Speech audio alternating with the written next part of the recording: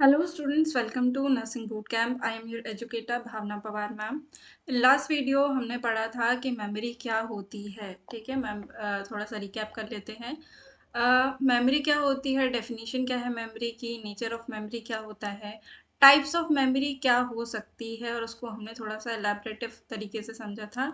And then हमने पढ़ा था कि फैक्टर्स इन्फ्लुएंसिंग मेमोरी, ऐसी कौन सी चीज़ें होती है जो हमारी मेमोरी को अफेक्ट करने का काम करती हैं। ठीक है, आज हम पढ़ेंगे कि थ्योरीज ऑफ मेमोरी क्या होती है।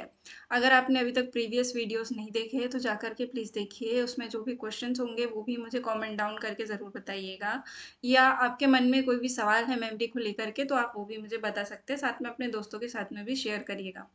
तो हमारा जो टॉपिक है आज वो है कि थ्योरीज ऑफ मेमोरी। ठीक है, देन हम पढ़ने वाले हैं थ्योरी के बाद इंफॉर्मेशन प्रोसेसिंग थ्योरी। ठीक है, हमारे दिमाग में जो इसी के अंदर आता है। ठीक है, थ्योरीज के अंदर ही आता है, तो ये 2 टाइप्स के हो जाएंगे। देन हम लोग पढ़ेंगे मेथड्स ऑफ मेमोराइजिंग। ठीक है, तो ये हम लोग देखने वाले हैं। तो फर्स्टली हम लोग स्टार्ट करते हैं थ्योरीज ऑफ मेमोरी से। थ्योरीज ऑफ मेमोरी क्या है, ये 2 टाइप की थ्योरी हमको मेमोरी के लिए दी गई है। ठीक है, याद रखेंगे कि मेमोरी की थ्योरी है। ठीक है, theory of general memory function and information processing theory, ये 2 थ्योरी पढ़ने जा रहे हैं, जिसमें कि फर्स्ट थ्योरी है theory of general memory function. ठीक है, अब थ्योरीज अगर आपसे कभी भी एग्जाम में पूछा जाएगा तो आप क्या लिखेंगे, there are 2 types of theories of memory. ठीक है, जिसमें फर्स्ट थ्योरी क्या पढ़ रहे हैं हम लोग, theory of general memory function. अब इसको कितने टाइप में डिवाइड किया गया है, 3 टाइप्स में हमने डिवाइड कर दिया। फर्स्ट हम लोग देख रहे हैं encoding, storage and retrieval. Okay, तो फर्स्ट हम लोग क्या देख रहे हैं इनकोडिंग में, it is the process of receiving sensory input and transforming it into a code which can be stored. ठीक है, अब कोई भी ऐसा प्रोसेस जिसमें हम क्या कर रहे हैं, सेंसरी इनपुट। ठीक है, जैसे कि हमने किसी चीज़ को देखा। ओके, अब किसी चीज़ को हमने देख लिया और उसके बाद उस डाटा को क्या कर रहे हैं, अपने दिमाग में बिठा रहे हैं कि इस पर्टिकुलर टाइम पीरियड में हमने वो एक इमेज को देखा था वहाँ पर, है ना।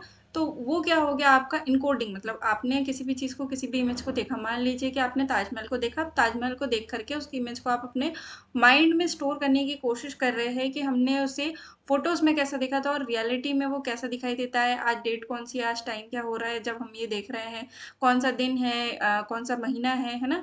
तो वो सब आप क्या करोगे, उस इन्फॉर्मेशन को प्रोसेस करोगे अपने दिमाग के अंदर में। तो ये क्या होता है इनकोडिंग, मतलब किसी भी टॉपिक को देख करके उसके बारे में जो इंपॉर्टेंट जानकारी है ना, जो आपको इंपॉर्टेंट लग रही है, उसको अपने दिमाग में बिठाने की कोशिश करना, that and that is called encoding. Okay, next देख रहे हैं कि स्टोरेज। अब स्टोरेज का मतलब आपको हिंदी में बहुत अच्छे से पता है। स्टोरेज का मतलब होता है कि क्या करके रखना, उसको संभाल के रखना। ठीक है, स्टोर करके रखना, दिमाग में रखना, मतलब एक उसकी व्यवस्थित जगह पे उसको रखना।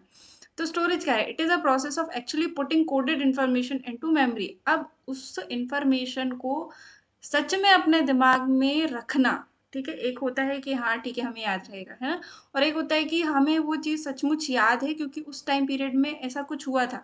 आप जब ताजमहल देखने गए तो वहाँ पर आपसे कुछ लोगों ने इस तरीके के सवाल करे।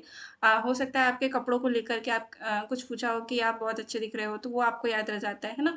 या फिर कोई आपको परेशान करता है कि सर गाइड करा लीजिए, तो वो आपको याद हो जाएगा। तो वो क्या है, स्टोर को आपको स्टोरेज करना, उस इन्फॉर्मेशन को एक्चुअल में स्टोर रखना, उसके बारे में आपको क्या याद है वो स्टोरी याद रखना, ये क्या होता है स्टोरेज। ठीक है, retrieval, it is a process of gaining access to stored coded information when it needed. अब जैसे ही आपसे किसी ने पूछा कि अरे आप तो ताजमहल देखने के लिए गए थे, तो आपने वहां पर क्या क्या देखा, कैसा एक्सपीरियंस रहा आपका, और कैसे जाते हैं, तो आप क्या करोगे, उस पूरी प्रोसेस को, ठीक है, जो आपके दिमाग में स्टोर हुई है उसको याद करके फिर सारी चीज़ें बताओगे कि हाँ हमने यहाँ से ट्रेन पकड़ी थी, इतने बजे चढ़े थे, इतना टाइम लगा था, फिर वहाँ पे उतरे थे, फिर हम लोग वहाँ पे घूमने गए थे, तो हमने ऐसे ऐसे बात करी, ऐसी फोटोज़ खिंचाई, और उसके बाद में वहाँ पर हमारी ऐसी लड़ाई हो गई, या फिर हमारी उस व्यक्ति ने इस तरीके से तारीफ करी थी, हमें अच्छा लगा। तो वो सारा एक्सपीरियंस आप कब यूज़ करते हो, जब उसके एक्चुअल में ज़रूरत होती है। तो ये क्या है, theory of general memory function. First है इनकोडिंग, मतलब किसी भी चीज़ को देख करके उसके डाटा को याद रखना, है ना। जैसे आपने कोई टॉपिक पढ़ा, अभी आप ये वीडियो देख रहे हो, तो आप इस वीडियो को अपने ही दिमाग में क्या करोगे, कोड करना चालू कर दोगे। स्टार्टिंग में मैडम ने बताया कि हम थ्योरी पढ़ने वाले किसकी, मेमोरी की। मेमोरी 2 टाइप की होती है, इसमें फर्स्ट जो है हम लोग वो जनरल मेमोरी पढ़ेंगे। जनरल मेमोरी भी 3 टाइप की होती है, इनकोडिंग होता है, उसमें स्टोरेज होता है, और क्या होता है, रिट्रीवल।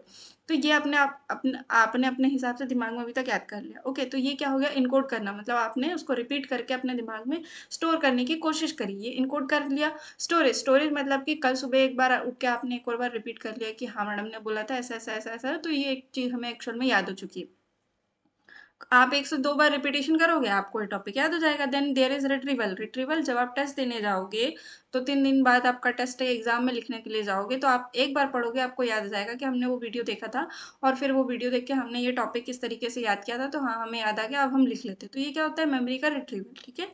तो इस तरीके की क्या होती है, हमारी नॉर्मली मेमोरी काम करती है। ये थ्योरी किस के ऊपर है, जनरल मेमोरी फंक्शन, मतलब कि हमारी जो याददाश्त होती है वो किस तरीके से काम करती है इन नॉर्मल डेज। ये उसकी थ्योरी हो गई। ओके, आई होप आपको ये थ्योरी अच्छे से समझ में आई होगी। अगर इसमें से कुछ भी समझ में नहीं आया तो आप मुझे कमेंट सेक्शन में ज़रूर बताइएगा। आप अगर सवाल पूछेंगे तो मैं उसके जवाब ज़रूर दूंगी। कुछ बोरिंग हो रहा है तो उसके लिए भी हम कुछ कर सकते हैं, ठीक है? आप कमेंट ज़रूर करिए और मुझे बताइए कि आपको वीडियो कैसे लग रहा है। ओके, या आप कौन सा टॉपिक पढ़ना ज़्यादा पसंद करेंगे, या आपके दिमाग में कोई सवाल आ रहा है तो उसको भी आप कमेंट सेक्शन में लिख सकते हैं। नेक्स्ट हम लोग देख रहे हैं थ्योरी, इंफॉर्मेशन प्रोसेसिंग थ्योरी, कि हमारे दिमाग में जो इन्फॉर्मेशन है वो आगे कैसे बढ़ती है, ठीक है? स्टोर्ड इन्फॉर्मेशन हो गई या छोटी छोटी बातें हो गई, कोई बात हम भूल जाते, कोई बातें हम याद हो जाती है, तो वो कैसे होता है, तो इन्फॉर्मेशन प्रोसेसिंग थ्योरी के बारे में हम पढ़ रहे हैं। ओके, ये किसके द्वारा डेवलप की गई थी? Developed by Richard and Richard in 1968, मतलब कि 1968 में रिचर्ड और रिचर्ड ने बताया था हमको किसके बारे में, इंफॉर्मेशन प्रोसेस थ्योरी के बारे में, कि हमारे दिमाग में कोई भी जो इन्फॉर्मेशन है वो आगे कैसे बढ़ती है। According to this theory memory starts with a memory input from the environment. इसका मतलब क्या है, अकॉर्डिंग टू दिस थ्योरी, इस थ्योरी के अनुसार कोई भी इंफॉर्मेशन हमारे दिमाग में उस वातावरण के, जो एनवायरनमेंट होता है सराउंडिंग में, उसके अनुसार फैलती है ना? जैसे कि अगर कोई इंसान अच्छी बात भी आपको बता रहा है, अगर आपके पेरेंट्स आपको बिठा के घर में बैठा के कोई अच्छी बात बता रहे हैं ना, बहुत अच्छी बात बता रहे हैं, तो वो हो सकता है अगर वो शांति से बताए, प्यार से बताए, है ना, तो हो सकता है आपको समझ में आए। पर अगर वही बात आपको डांट डपट के जबरदस्ती करवाने की कोशिश करे, तो हो सकता है कि उस बात का आप क्या करो, क्या कर सको, विरोध कर दो, है ना? उसके लिए आप बोलो कि अरे आप हमको ऐसे कैसे बोल सकते हो, है ना? तो ये बहुत होने के चांसेस है। या फिर आप इस एग्जांपल से समझ सकते हैं कि जब भी आपको कोई काम करवाना हो किसी से, है ना, या पेरेंट्स से परमिशन चाहिए होती है, तो आप लोग क्या करते हैं कि जब पापा खुश रहेंगे, मम्मी खुश रहेगी, या घर में शांति होगी, सब लोग अच्छे से बैठे रहेंगे, काम से आएंगे, उसके 1-2 घंटे बाद थोड़ा सा इन्फॉर्मेशन शेयर करेंगे, ताकि घर क्या हो, माहौल शांत हो, है ना? ताकि जो आपकी बात है उसको सुना जाए और सोचा जाए थोड़ा, फिर उसका जवाब दिया जाए। अगर कोई भी इंसान घर में एकदम डायरेक्टली घुसता है और वैसे ही आप कोई ऐसी न्यूज़ दे दो कि हमें वहाँ जाने के लिए तो परमिशन चाहिए, तो चाहिए तो चाहिए, तो इससे क्या होता है, चांसेस आपके बिगड़ जाते हैं, है ना? कहीं भी जाने के लिए आपको परमिशन चाहिए, कुछ चाहिए, तो वो चांसेस बिगड़ जाते हैं। तो यही यहाँ पर बताया गया है कि किसी भी इन्फॉर्मेशन को, किसी भी सूचना को आपके दिमाग में रखने के लिए उसके आसपास का जो वातावरण है, उसी के अनुसार आप क्या करते हो, उस सूचना को अपने दिमाग में रखने की कोशिश करते हो, उस इन्फॉर्मेशन को आपके दिमाग में रखने की कोशिश करते हो, जिस तरीके का इन्वायरमेंट होगा आसपास, है ना? नेक्स्ट है, देख रहे हैं, this input held for several seconds in sensory register. और वही जो आपने देखा, जो इन्फॉर्मेशन आपको मिली, वो कुछ सेकंड्स के लिए आपके दिमाग में रहती है। अब आपका दिमाग उसको आगे प्रोसेस करता है, ठीक है? जैसे कि आपने क्या किया, कोई भी इन्फॉर्मेशन मिली, आपके आपके पास में आई कोई भी इन्फॉर्मेशन, अब वो कितनी इंपॉर्टेंट है उसके ऊपर भी डिपेंड करता है, ऊपर से जिस सराउंडिंग में हो आप, उसके ऊपर भी बहुत डिपेंड करेगा, है ना? दो चीज हमने पढ़ ली। Information that attended passed into short term memory where it held for 20 to 30 seconds. अभी हमने प्रीवियस वीडियो में short term memory, long term memory के बारे में हम लोग पढ़ चुके हैं, है ना? तो ऐसी कोई मेमोरी जो कुछ सेकंड्स के लिए हमारे दिमाग में रहती है, उसको हम लोग क्या बोलते हैं, शॉर्ट टर्म मेमोरी, ठीक है? फर्स्ट हमने क्या पढ़ा कि कोई भी इन्फॉर्मेशन किस बेसिस पे आपके दिमाग में रहती है, कि उसके सराउंडिंग में कैसा इन्वायरमेंट है, ठीक है? इन्वायरमेंट के साथ साथ इन्फॉर्मेशन आपके लिए कितना इंपॉर्टेंट है, इसके ऊपर भी ध्यान दीजिएगा, क्योंकि हम लोग ये वीडियो देख रहे हैं, इसका मतलब ये है कि हम स्टूडेंट है, या हमें जानने की बहुत ज़्यादा इच्छा है ना? तो यहाँ पर हम इन बातों का ध्यान रखेंगे कि जो भी चीज़ हम पढ़ना चाहते हैं, लिखना चाहते हैं, या किसी भी इन्फॉर्मेशन को याद करना चाहते हैं, वो उन बातों पर ध्यान, मतलब उन बातों पर केंद्रित होता है ये सारी इन्फॉर्मेशन, कि आप किस इन्वायरमेंट में बैठ के किसी भी टॉपिक को पढ़ रहे हो और वो आपके लिए कितना इंपॉर्टेंट है। हमें ज़िंदगी में वही बात याद रहती है जो हमें बुरी लगती है या बहुत ज़्यादा अच्छी लगती है। हमारे एनवायरनमेंट कैसा होता है, उस इन्फॉर्मेशन जब हमें मिल रही है तो उसके सराउंडिंग में इन्वायरमेंट कैसे होता है।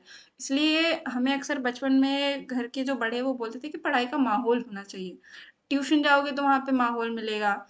उनके घर में पढ़ाई का माहौल है, इसलिए उनके बच्चे अच्छे से पढ़ाई करते हैं, है ना? तो इस तरीके की बातें इसलिए कही जाती थी, क्योंकि जैसे इन्वायरमेंट मिलता है तो उसके अकॉर्डिंग ही आपको इन्फॉर्मेशन याद होती है ना? तो ये हम बात याद रखेंगे। नेक्स्ट इज़ क्या बोला हमको कि वो जो इन्फॉर्मेशन है वो कुछ सेकंड्स के लिए हमारे दिमाग में स्टोर होती है। उसको हम क्या बोलते हैं? शॉर्ट टर्म मेमोरी, ठीक है? शॉर्ट टर्म मेमोरी इतना तक तो हमें याद हो गया, ठीक है? नेक्स्ट क्या है? Information that is rehearsed by then is passed along to long term memory. अब वो इन्फॉर्मेशन लॉन्ग टर्म मेमोरी में कैसे जाएगी? या तो वो जो मेमोरी है या तो वो इन्फॉर्मेशन जो है वो आपके लिए बहुत ही ज़्यादा इम्पोर्टेंट होती है तो जाएगी, या तो फिर वो जो मेमोरी है वो आपको उसको सुन के या देख के या बोल के अच्छा लगा या बुरा लगा, तब आपके दिमाग में ज़्यादा टाइम तक रहेगी। और जैसे एज़ अ स्टूडेंट हम बात कर रहे हैं तो किसी भी टॉपिक को आपको बार-बार पढ़ते रहना, देखते रहना या यूज़ करते रहना पड़ता है, तब जाकर के वो क्या होती है हमारे लॉन्ग टर्म मेमोरी में फिट होती है। ओके? तो लॉन्ग टर्म मेमोरी में कैसे आएगी? जब आप उसकी प्रैक्टिस करोगे, है ना? उसको बार-बार रिहर्सल करोगे, तब आपके वो दिमाग में आ जाएगी। The information which placed in long term memory will be organised into categories. अब ये जो लॉन्ग टर्म मेमोरी होती है ये भी कैसे कैटेगराइज में हमारे ब्रेन में स्टोर होती है, जैसे कि वेयर दे में reside for days months years for a life time, है ना?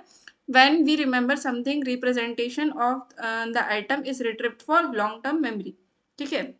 अब लॉन्ग टर्म मेमोरी भी कैसे होती है? कुछ टाइम के लिए स्टोर होती है, जैसे कि कुछ महीनों के लिए हमें याद रहती है ना? कुछ दिनों के लिए याद रहती है, या कुछ मेमोरीज ऐसी होती है जो बहुत सालों तक के हमें याद रहती है, ठीक है? अब जो हम दिन या साल की बात कर रहे हैं ये होता है हमारी स्टूडेंट लाइफ के अंदर, ठीक है? तो कुछ चीज़ें हमें ऐसी होती है जो हमने आज पढ़ी है, अगर आप हमसे 2 दिन बाद पूछोगे तो हम उसका जवाब दे देंगे। 1 महीने बाद पूछोगे तो हम उसको एक बार रिपीट करके ज़रूर जाएँगे और फिर उसका जवाब दे देंगे। जैसे एग्ज़ाम खत्म होंगे, एग्ज़ाम खत्म होने के 15 से 20 दिन बाद अगर सेम क्वेश्चन पेपर आप सॉल्व करने के लिए बोलोगे तो हमारा ब्रेन जो होगा वो वैनिश हो जाएगा। बोलेगा कि हमको नहीं आता। क्यों नहीं आता? क्योंकि उस इन्फॉर्मेशन को आपने अलाउ किया अपने ब्रेन से डिलीट होना कि अब ये इन्फॉर्मेशन तो कोई काम की नहीं है। हमारी पढ़ाई तो हो चुकी है। जैसे आपको बेसिक्स याद रहते हैं पर जो एडवांस चीज़ें होती है आप वो भूल जाते हैं, आपके दिमाग से वैनिश हो जाता है ना? कई बार आप सोचते हैं कि कोई जीके आप देख लेते हो या कोई जैसे कि हम बात करें कि जो सुनामी है ना? वो क्यों आती है ना? टॉर्नेडो, सुनामी इनके बारे में जब हम उससे पूछते हैं कि ये क्यों आता है? तो बहुत सारे लोग बोलेंगे कि हमने पढ़ा था पर हम भूल गए, है ना? और वहीं अगर 5th से 8th क्लास के बच्चों को अगर ये सेम क्वेश्चन करोगे, 10th 12th तक के भी बच्चों को ये क्वेश्चन करोगे तो वो ईज़िली इस चीज़ का आंसर दे देंगे कि क्यों आती है। सुनामी क्यों आता है ना? तो ये क्या है वो इन्फॉर्मेशन हमारे ब्रेन में कुछ टाइम तक के लिए स्टोर थी। जैसे कि जब तक हमारे लिए वो इम्पोर्टेंट था, हमारे एजुकेशन लाइफ के लिए इम्पोर्टेंट था, तब तक की वो इन्फॉर्मेशन हमें याद रही। फिर उसके बाद में हमने सोचा कि इससे ज़्यादा भी इम्पोर्टेंट कुछ चीज़ें आ गई हमारी लाइफ में, है ना? जैसे कि आपका जो भी आपने स्ट्रीम ली, उससे रिलेटेड जो भी आप डिग्री, डिप्लोमा कोर्स कर रहे हो, उससे उससे रिलेटेड इन्फॉर्मेशन आपके लिए ज़्यादा इम्पोर्टेंट हो गई। या तो फिर पैसे कमाना या कोई स्किल सीखना, ये आपके लिए ज़्यादा इम्पोर्टेंट हो गया, तो आपका जो मेन फ़ोकस है वहाँ से शिफ्ट हो जाता है। पता हम सबको होता है ना? पर हमारा फ़ोकस शिफ्ट हो जाता है, उसकी वजह से वो मेमोरी हमारे दिमाग से डिलीट हो जाती है। बहुत अच्छा टॉपिक है, बहुत इम्पोर्टेंट टॉपिक है। अगर आपको समझ में आता है तो नीचे कमेंट्स में मुझे यस ज़रूर बताइएगा, ठीक है? या आपके कोई ऐसे क्वेश्चंस होते हैं तो उसको भी लिख सकते हैं आप, ठीक है? बार-बार इसलिए बोल रही हूँ क्योंकि देखते हैं लोग और कमेंट्स बिल्कुल भी नहीं करते, इसीलिए ये जो है वीडियो बन रहा है। When we remember something, representation of the item is retrieved from long term memory. अब जैसे हमें उस इंफॉर्मेशन की ज़रूरत होती है वहाँ से लॉन्ग टर्म मेमोरी स्टोरेज होता है, वहाँ से वो इन्फॉर्मेशन निकाल के हमारा ब्रेन बता देता है। जैसे कि आप किसी की शादी में गए थे, आपकी मेमोरी है 2012 की, है ना? किसी की शादी में गए थे, आप कजिन की किसी की शादी में गए थे, तो आपको याद है कि वहाँ पे आपने क्या क्या किया था। तो वो इन्फॉर्मेशन कहाँ से आई? आपको किसी ने दी, आपको किसी ने बताया? नहीं, आपके ही ब्रेन ने निकाल के दिया कि देखो उसका नाम सामने आया है तो उससे रिलेटेड आपके पास में एक किस्सा है, जल्दी से सुना दो। सामने वाला हंस देगा या फिर कुछ ऐसा बोल देगा, आपके पास में भी रेलेवेंट होने के लिए कुछ टॉपिक है ना? तो ये कहाँ से आता है? आपकी लॉन्ग टर्म मेमोरी से आता है, ठीक है? तो ये क्या हो गया, हमारा थ्योरीज हो गई, एक तो जनरल हो गई, एक तो इन्फॉर्मेशन प्रोसेस कैसे होती है आपके दिमाग में उसके बारे में हमने बात कर ली। अब नेक्स्ट हम देख रहे हैं कि मेथड्स ऑफ मेमोराइजिंग। ये अगर कोई भी स्टूडेंट देख रहा है तो उसको ये चीज़ें याद होनी चाहिए, उसे ये जो टॉपिक है बहुत अच्छे से पढ़ लेना चाहिए, याद कर लेना चाहिए, क्योंकि आपको चीज़ें याद नहीं रहती, है ना? कि आप कोई भी टॉपिक पढ़ के जाते हो पर आप भूल जाते हो, तो ये भूलने के लिए आप क्या करोगे? कैसे याद रखे उस चीज को सीखोगे, है ना। मंत्र जाप तो करने बैठ नहीं सकते, है ना। मंत्र जाप कैसे करना है वो सीख के जाओगे तभी तो मंत्र जाप भी होगा आपसे। तो मेथड्स ऑफ मेमोराइजिंग, मेमोराइज कैसे करेंगे हम, मंत्र जाप कैसे करेंगे हम, पहले वो सीखते फिर मंत्र सीखने जाएंगे, है ना। तो मंत्र जाप आपको कैसे करना है, आपकी मेमोरी को स्ट्रांग कैसे करना है, मेथड्स ऑफ मेमोराइजिंग क्या है ना। किसी भी टॉपिक को, चीज को याद रखने कैसे रख सकते हैं हम। तो हम रख सकते हैं होल एंड पार्ट मेथड का यूज करके। Whole and part method Hindi में आप लिख सकते हैं अपनी कॉपीज में, अगर आप नोट्स बनाने बैठे तो साइड में जरूर लिखते जाइए। होल एंड पार्ट मेथड का क्या मतलब होता है कि आप किसी भी टॉपिक को टुकड़ों में पढ़ो। आपने थोड़ा सा पढ़ लिया, है ना, फिर उसके बाद में उतना मेमोराइज कर लिया, फिर थोड़ा टाइम बाद उसको और आगे पढ़ के आपने मेमोराइज करने की कोशिश करी। जैसे कि आप एक नॉवल पढ़ रहे हो तो नॉवल के आपने पहले 20 पेज पढ़े, है ना, थोड़ा सा टाइम दिया और फिर उसके बाद में क्या किया, थोड़ा सा और आगे पढ़ने की कोशिश करी, एक चाय पी, उसके बाद में और आगे पढ़ते जा रहे हैं। होल एंड पार्ट मेथड हो गई। या फिर आप क्या कर रहे हो, किसी भी टॉपिक के पहले जो मेन पॉइंट्स है, जैसे कि आपने अभी देखा कि थ्योरी ऑफ मेमोरी, है ना, थ्योरी ऑफ मेमोरी में आपने केवल थ्योरी ऑफ मेमोरी के 2 नाम पढ़े। 2 नाम जब आपको अच्छे से याद हो गए तो उसके बारे में आपने डिटेल पढ़ना अच्छा समझा। तो ये क्या हो गया, whole and part method. Space and unspaced method, अब इसमें क्या होता है, स्पेस एंड अनस्पेस्ड मेथड में आप क्या कर रहे हो कि थोड़ा टाइम आप ब्रेक ले करके किसी भी चीज को याद कर रहे हो।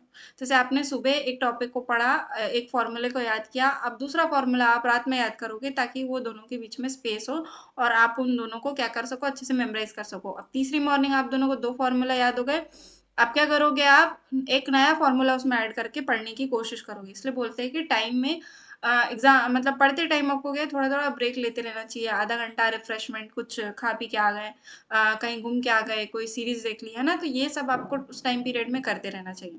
रिपीटेशन एंड प्रैक्टिस, जो कि हमको बचपन से बोलते आ रहे हैं पेरेंट्स हमारे, या फिर जो भी हमारे स्टूडेंट टीचर्स रहे वो हमेशा बोलते आ रहे हैं कि आपको क्या करना है, बार बार उस चीज़ को रिपीट करना है, प्रैक्टिस करना है ना। रट्टू तोता के जैसे प्रैक्टिस नहीं करना है, बट उस स्किल को अगर आपको शार्प करना है, अगर डांसर को डांस सीखना है तो उसको डेली प्रैक्टिस करना पड़ेगा, अगर राइटर को राइटिंग सीखनी है तो उसको पढ़ना और लिखना दोनों ही पड़ेगा।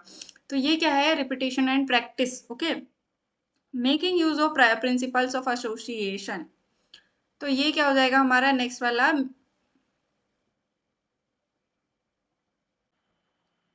Making use of principles of association. अब प्रिंसिपल्स ऑफ एसोसिएशन का मतलब क्या होता है कि एग्जांपल्स के साथ में पढ़ना, ठीक है। जैसे ही आप एग्जांपल्स को ऐड करने लग जाते हैं किसी भी टॉपिक में, तो वो टॉपिक आपकी मेमोरी में ज़्यादा जल्दी स्टोर होने के चांसेस ज़्यादा रहते हैं, ठीक है। जैसे कि हमने रिपीटेशन एंड प्रैक्टिस की बात करी, जिसमें हम बात कर रहे थे कि पेरेंट्स हमको क्या बोलते हैं, बचपन से बोलते हुए आ रहे हैं कि आपको क्या करना है, कोई भी टॉपिक आप जब याद करने जाते हो तो उसको क्या करो, बार बार लिख के प्रैक्टिस करो, याद करके प्रैक्टिस करो, कॉपी बंद करके प्रैक्टिस करो, है ना। तो इस एग्जाम्पल से आपको क्या याद आ गया कि रिपीटेशन एंड प्रैक्टिस क्या होता है, ठीक है।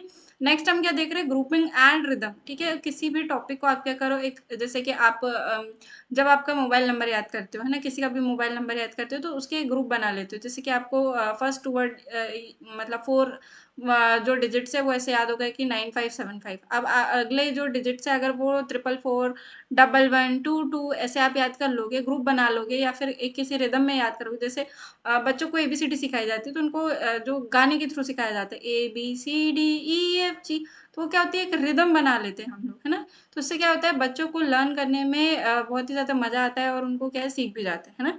तो इसका मतलब यहाँ पे क्या हो गया, ग्रुपिंग एंड रिदम। ओके, तो यहाँ पर हमारा जो है इतने मेथड्स ऑफ मेमोराइजिंग हम पढ़ चुके हैं। अब नेक्स्ट क्या देख रहे हैं हम लोग, रिसाइटेशन, है ना। रिसाइटेशन का मतलब हम लोग क्या देखते हैं,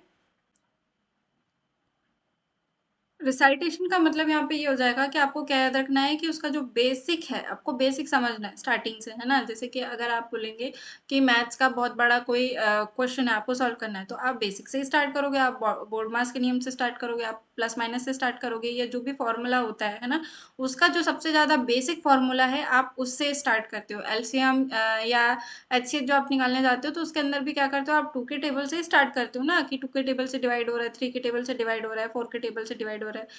तो यही स्टार्ट करते हो आप, है ना। जब भी आपके हॉस्पिटल में कोई भी पेशेंट आपके पास में आता है तो आप बेसिक से स्टार्ट करते हो। बेसिक मतलब क्या कि आपका क्या चेक करोगे आप लोग, पेशेंट से आपका कम्युनिकेशन करोगे, है ना। फिर उसके बाद में क्या करना है आपने कि बीपी, पल्स, ऑक्सीजन ये सब चेक करोगे, है ना। तो ये क्या होता है, रेसाइटेशन, मतलब आपका बेसिक कंप्लीट कर लेना चाहिए आपने, बेस कोर जो है वो उसका हार्ड रखो, उसके बाद में आगे बढ़ो।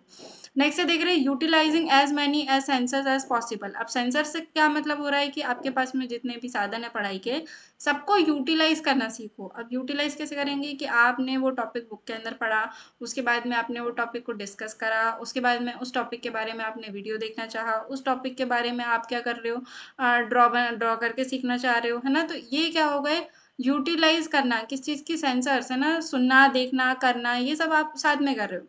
पुलिंग एट ऑल टुगेदर, ठीक है, जो भी आप सीख रहे हो, पढ़ रहे हो, उसको एक साथ इकट्ठा करके करना, है ना। तो ये क्या हो गया, pulling at all together. Okay, next क्या देख रहे हैं, फनल अप्रोच। ये इसका मतलब क्या है, लर्निंग जनरल टू एडवांस, ठीक है। आप जैसे जैसे हमने रेसाइटेशन की बात करी कि कोट, रेसाइटेशन का मतलब कोटिंग भी होता है ना।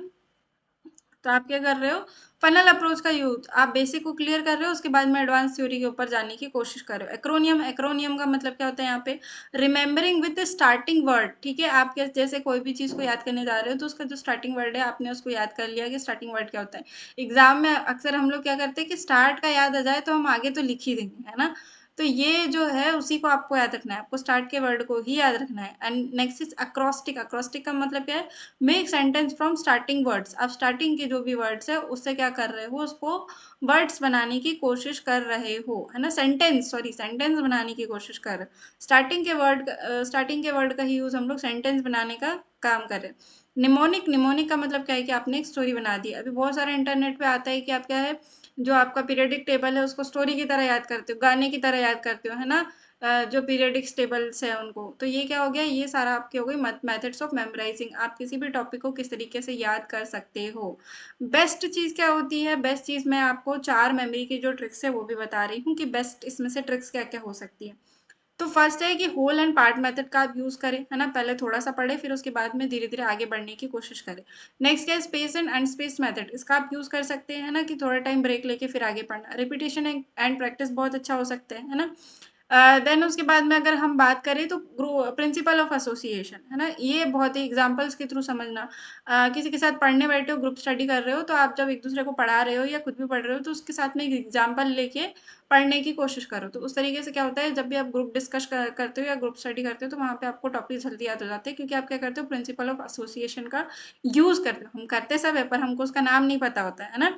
तो इसको हम लोग क्या बोलते हैं, ग्रुप स्टडी में जो मेथड यूज की जाती है उसको हम बोलते हैं principle of association. Okay, next हम क्या कर सकते हैं कि यूटिलाइजिंग सेंसर। सेंसर जितने भी हमारे पास में अवेलेबल है, विजुअल है ना, हियरिंग है, सभी सेंसेस का अच्छे से यूज करना है। आपको जितनी भी चीजें मिलती हैं उन सबका यूज करके हम उस टॉपिक को क्लियर कर देंगे। और क्या कर सकते हैं हम लोग, पनल अप्रोच। अगर आपको कोई भी टॉपिक बिल्कुल भी नहीं आता, आप स्टार्टिंग से सीखने जा रहे हैं किसी कॉम्पिटेटिव एग्जाम के बारे में या किसी सब्जेक्ट के बारे में, तो उसका बेस क्लियर करना बहुत इंपॉर्टेंट है। आप जैसे बेस क्लियर कर लोगे, बेस में अच्छे हो जाओगे, वैसे ही क्या होगा, आप एडवांस की लर्निंग स्टार्ट कर सकते हो। आप इंग्लिश सीखना चाहते हो, डांसिंग सीखना चाहते हो, कुछ भी करो, आप किसी भी जो है प्लेटफॉर्म पे जाओ, टेक्निक पे जाओ या कहीं पर भी किसी भी जगह जाओ, अगर आपको बेसिक्स आते हैं तो आपको एडवांस सीखने में कभी भी गलती नहीं होती। ठीक है, आपके बेसिक्स क्लियर होनी चाहिए। तो ये चीज़ें जो है आप ये कर सकते हैं, यूज़ में ला सकते हैं। मेथड्स ऑफ मेमोराइजिंग में यहीं तक था हमारा। तो आई थिंक जो हमारा मेमोरी वाला जो पूरा का पूरा टॉपिक है ना, जो हमारा थर्ड लेसन चल रहा है लर्निंग में, लर्निंग प्रोसेस में, तो इसके अंदर जो हमारा मेमोरी वाला टॉपिक है यहाँ पे पूरा कंप्लीट होता है। आई होप ये टॉपिक आपको अच्छा लगा होगा, समझ में आया होगा, एंड मैं अच्छे से एक्सप्लेन कर पाई होंगी आपको। और अगर कोई भी क्वेश्चन है आपके तो वो आप कमेंट सेक्शन में मुझे ज़रूर बता सकते हैं, साथ में अपने दोस्तों के साथ में भी ज़रूर शेयर करिएगा। अगर आपके कोई भी ऐसे नॉर्मली भी क्वेश्चन होते हैं जो आपके दिमाग में आते हैं तो उसको भी कमेंट्स में मुझे ज़रूर बता सकते हैं। थैंक यू फॉर वॉचिंग, मिलते हैं नेक्स्ट वीडियो में नेक्स्ट टॉपिक के साथ में।